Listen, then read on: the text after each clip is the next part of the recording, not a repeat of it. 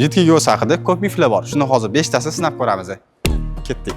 Birinchi mif ko'p kley surtsak mustahkamroq bo'ladi. Mana bu yerda ikkita variant qilib ko'rdik. Biri normal yupqa qatlam, ikkinchisi esa haddan tashqari ko'p. Endi bosib yopishtirib ko'ramiz. Ko'rayotganingizda ortiqcha kley siqilib chiqib ketdi. Ichkarida esa bo'sh joylar qoladi. Kley mustahkamligi uni ko'p surtishingizdan bo'lmaydi. Uni to'g'ri surtganingizdan bo'ladi. Shuning uchun to'g'ri surtib, yaxshi natija ko'rsangiz bo'ladi. Ikkinchisi chang. Odamlar ko'pi chang xalaqit bermaydi deb yuzani artmasdan kleyni surtib yuboradi. Hozir men yuzani artmasdan kley surtib ko'raman, natijani ko'ramiz. Hozir kleyni changli yuzaga surtamiz va panelani yopishtiramiz. Ko'rib turganingizdek kley yuzaga emas, changga yopishgan.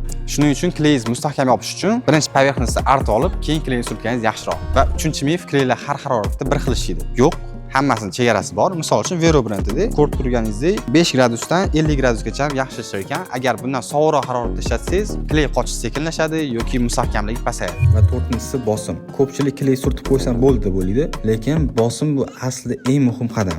Chunki bosim bo'lmasa yuzalar to'liq yopishmaydi va kley o'zining maksimal xususiyatini ishlata olmaydi.